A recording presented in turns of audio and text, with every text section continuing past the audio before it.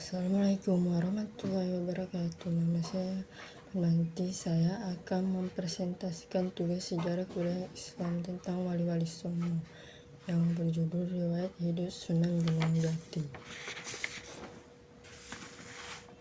Sunan Gunung Jati yang juga dikenal sebagai Syarif Hidayatullah tercatat sebagai salah satu anggota Wali Songo yang memainkan peran penting dalam penyebaran agama Islam di Indonesia, terutama di Jawa Barat, DKI Jakarta, dan Banten.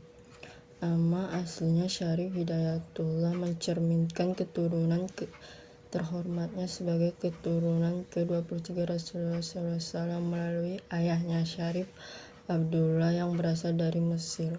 Ibunya Nyai Rara Santang merupakan seorang putri Prabu Siliwangi dari kerajaan Pajajaran pada sekitar tahun 1470 sampai 1480 Masehi. Sunan Gunung Jati menikahi adik dari Bupati Banten, Nyai Kawanten. Dari pernikahan tersebut, dia memiliki dua anak, Ratu Ulung Ayu dan Maulana Hasanuddin yang kelak menjadi Sultan Banten.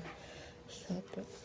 Peran Sunan Gunung Jati dalam penyebaran Islam mendapatkan dukungan dari Kesultanan Demak, dan pamannya Sunan Gunung Jati diangkat sebagai Raja kedua Cirebon pada tahun 1479 Masehi dengan gelar Maulana Jati. Sejak saat itu, beliau aktif terlibat dalam pembangunan infrastruktur di Kerajaan Cirebon. Beliau dibantu oleh Sunan Kalijaga dan arsitek Demak Raden Sepat. Para sejarawan menganggap Sunan Gunung Jati sebagai tokoh yang meletakkan dasar konsep negara Islam modern pada masanya. Hal ini terbukti dengan kemajuan Kesultanan Banten sebagai negara yang makmur dan maju di bawah kepemimpinannya.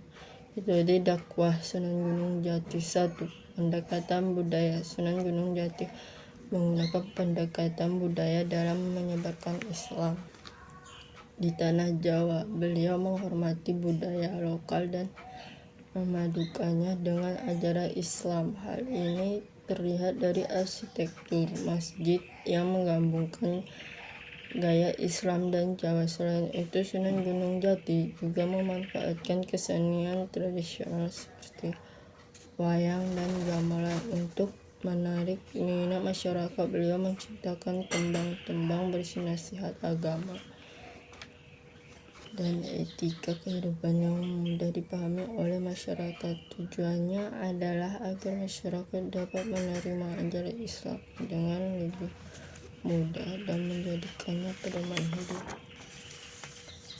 2. Toleransi tinggi terhadap agama lain. Sunan Gunung Jati tidak hanya menggunakan pendekatan kultural dalam dakwahnya, tetapi juga menjunjung tinggi toleransi terhadap agama lain yang ada di masyarakat. Di Jawa saat itu mayoritas penduduknya masih beragama Hindu atau Buddha. Oleh karena itu, Sunan Gunung Jati seperti halnya Sunan Kudus dan murid-muridnya menerapkan sikap toleransi yang tinggi terhadap ajaran dan hukum-hukum Hindu Buddha. Salah satu contoh konkretnya adalah dengan tidak menyembelih dan memakan sapi, karena sapi merupakan hewan yang dihormati oleh umat Hindu. Dengan menunjukkan toleransi ini, Sunan Gunung Jati menciptakan suasana yang kondusif bagi penyebaran Islam. Masyarakat yang mayoritas Hindu dan Buddha merasa dihormati dan tidak terintimidasi, sehingga mereka lebih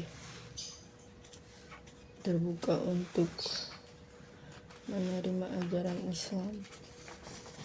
3. Dimulai dari lingkup terdekat lalu meluas. Proses dakwahnya di tanah Pasundan membutuhkan waktu yang cukup lama. Pada periode awal, Sunan Gunung Jati menggantikan Syekh Datuk Kahfi sebagai guru agama di Gunung Sembung, Pasambungan dekat Giri Amparan Jati. Setelah sukses di sana, beliau melanjutkan dakwahnya ke Kubabaden yang berjarak sekitar 3 km. Daerah Sunan Gunung Jati terus meluas hingga mencapai daerah Banten, Kesabaran, dan Kelihayan.